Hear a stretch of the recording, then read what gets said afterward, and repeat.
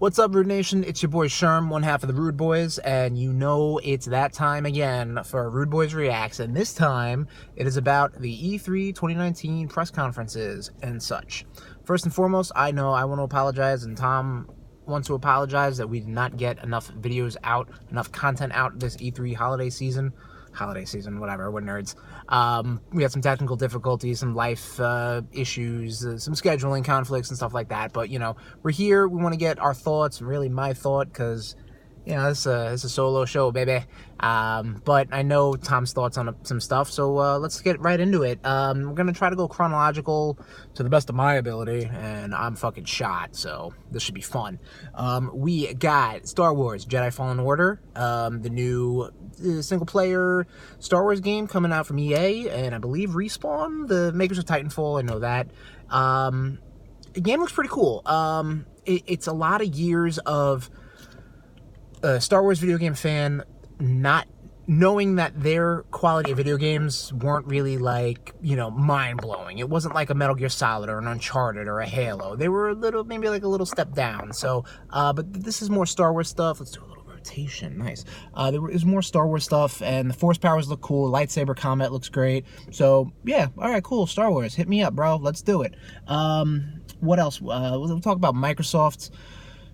Microsoft gave a little details on the Xbox Project Scarlet, their new next-gen stuff, and really it just echoes a lot of what we talked about on a previous RudeBoyz PowerHour about the PS5 specs and stuff. It's 8K, it's got a SSD, it's going to be basically more of the same stuff, which is fine, but again, it just kind of like, all right, more of the same stuff. That's great.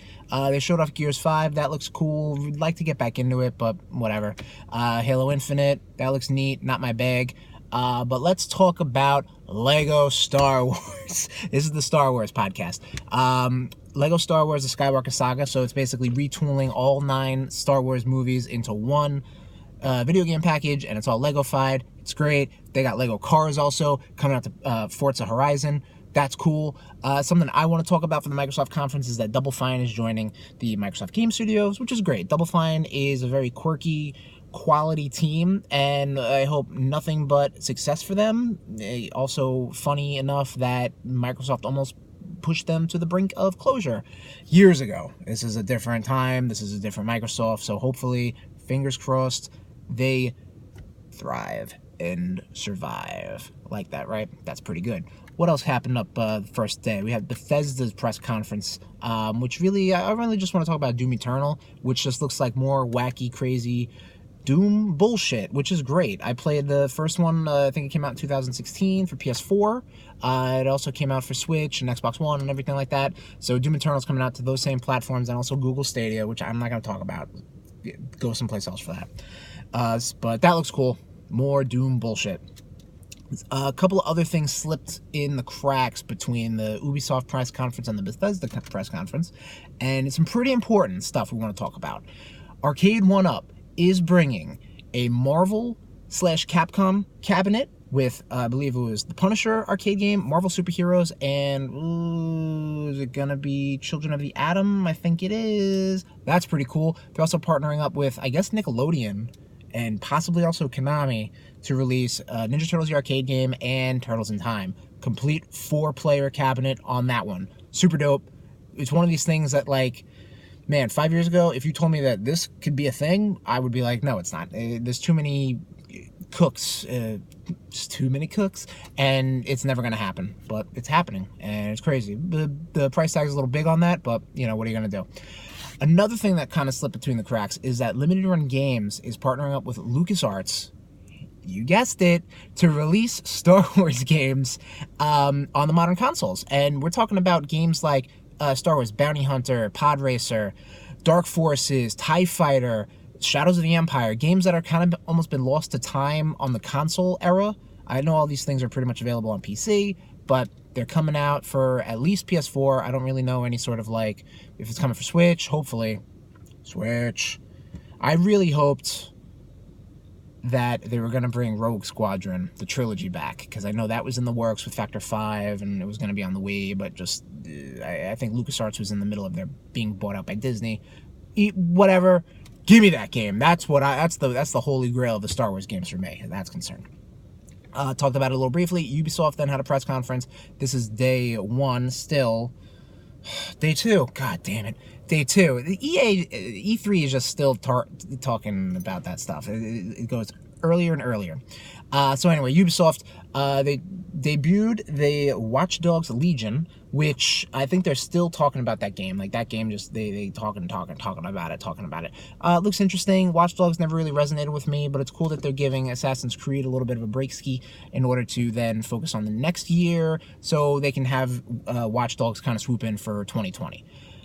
Speaking of Assassin's Creed, I know there was some DLC coming out that you could basically create your own quests, create your own story mode. That's pretty interesting. That's really that gives the tools to the keys to the kingdom to the players and try to come up with some really cool shit. And I know Odyssey was probably a great change of pace for the Assassin's Creed franchise. However, that team is working on a game called Gods and Monsters, and that looks pretty interesting. It's a very, like, cartoonified Greek mythology action adventure, and I'm a sucker for Greek mythology, so yeah, let's fucking do it. And it's coming for Switch, so, you know, I should be there already. So after Ubisoft, we want to talk about the Square Enix press conference. So earlier in the day, or actually I think late Monday, the release date for Final Fantasy VII Remake, which that's what we're calling it, is March 3rd, 2020. And they solidified it over at the Square Enix press conference. They confirmed that what is releasing that day is going to be what's called Part 1. And I should probably do that so you can actually see the quotes, a little bunny hopping around. I can confirm that the Midgar is going to be what's called Part 1, and that the other parts are going to be presumably coming faster, because the Part 1, I guess, is the hardest part to do. Whatever.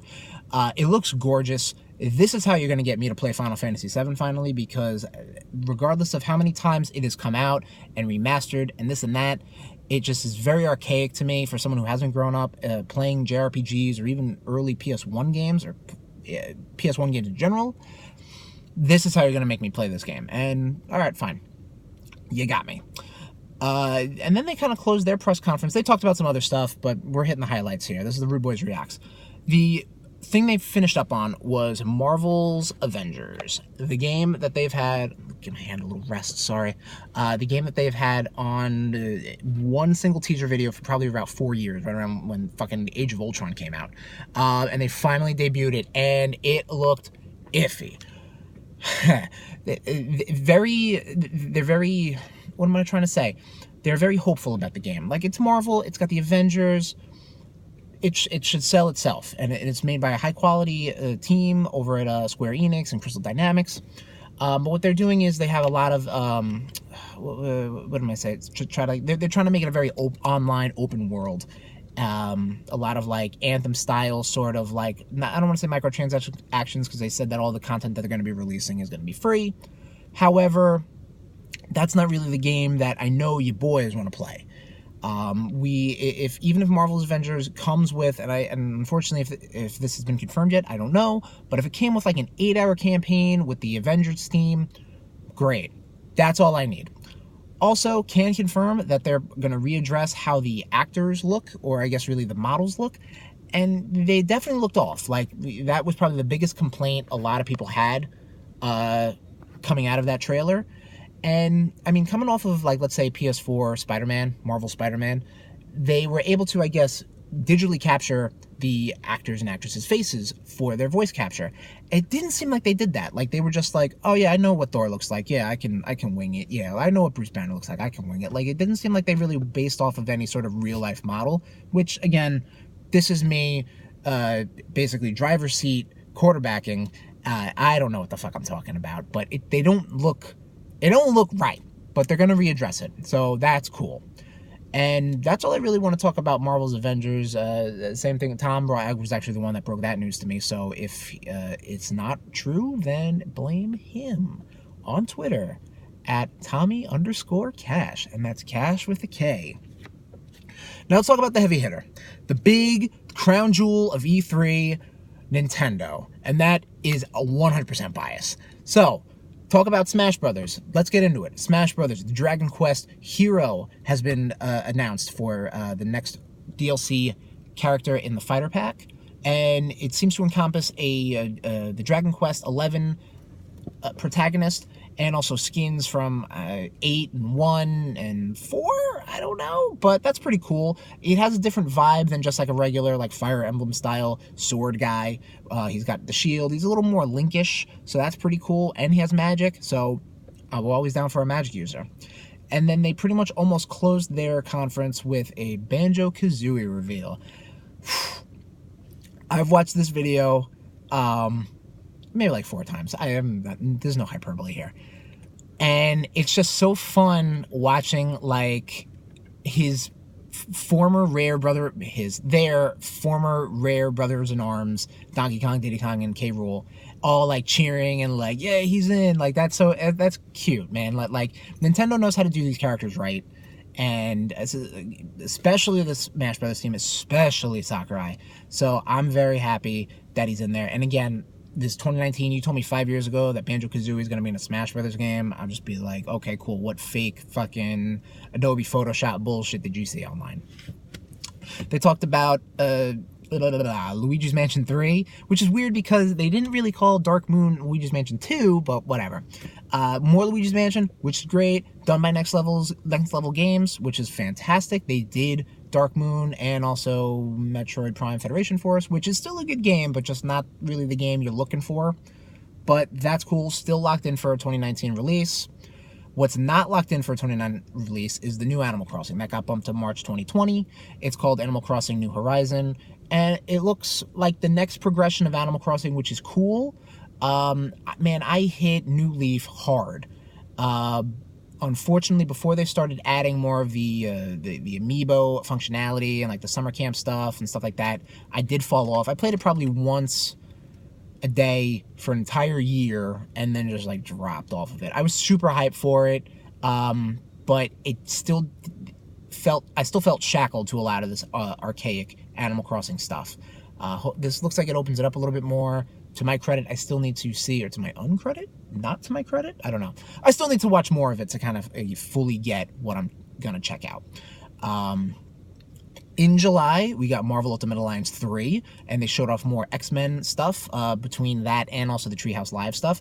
And they talked about how you're going to get DLC for, or you're going to get a season pass, and it's going to have characters and stuff from the Marvel Knight Saga, the X-Men franchise, and the Fantastic Four. So this is looking up to be the RudeBoyz Game of the Year coming up. What also was a previous RudeBoyz Game of the Year, I think from Tom, I think The Witcher 3 is coming to Switch. Tom's going to love that. That's a joke. He did not like that game. But it's pretty cool. And the fact that you getting all that content on a tiny little game card is fantastic with no downloads required. It's probably going to be one of the biggest game cards they got going as of now. Also, probably a legit one of Tom's games of the year is going to be the Castlevania Anniversary Collection, definitely. But also the Contra Anniversary Collection, which Shadow dropped that day. So he bought it already. He's playing it. We're going to get, you're going to get, and me also, we're all going to get his thoughts on that game next Rudecast. But for now, check out the eShop. Go to get Contra Anniversary Collection. Also, if you don't watch this today and you watch this on Thursday the 13th, then go to the eShop and get Cadence of Hyrule, because that game also came out, and that looks like a whole lot of fun. Excuse me. So sorry. Anywho. But if we're talking about games of the year, they finished up their press conference with a little teaser trailer of the sequel to Breath of the Wild. And it's looking good, man. I know you can't really gauge enough on just like a minute's worth of footage and you don't even know what you're watching or whatever, but fuck it, it's Zelda and it looks cool. But if we're talking Zelda, we got to talk about Link's Awakening for the Switch. This game looks gorgeous. It looks like tiny little micro men or whatever. You know, like, what am I trying? Playmobil? Yeah, like little Playmobil crafty characters. And Man, this game looks so cute. I already downloaded. I already pre-ordered all the amiibo for the Smash Brothers and the Little Link one, and man, I'm excited for that. That's gonna be coming out, I believe, mid-September. And that's a lot of games. And if I've forgotten games, hit me up on Twitter personally. TEH_SHERMS. And I think that's it going to be for the RudeBoyz Reactz for E3. Again, that's my gut reaction. I did have notes, but technical difficulties kind of threw that fucking thing out into the wind, and doing it off the dome, baby. Overall, E3 had some shining moments, but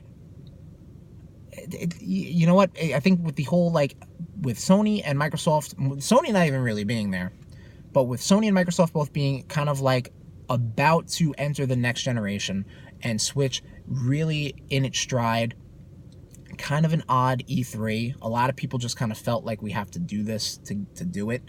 And E3 in general is a very archaic thing, and I feel like we echoed that last year on the Power Hour, which I think was actually called the Gamecast back then. We might have done a special episode.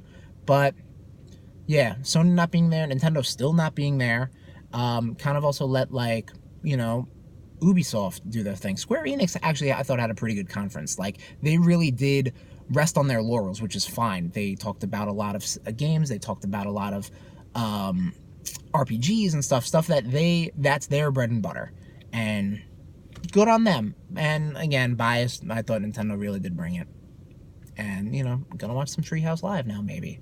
For Tom, I'm Sherm. Been the RudeBoyz. Hit us up, rudeboyz.podbean.com, to download all our episodes. And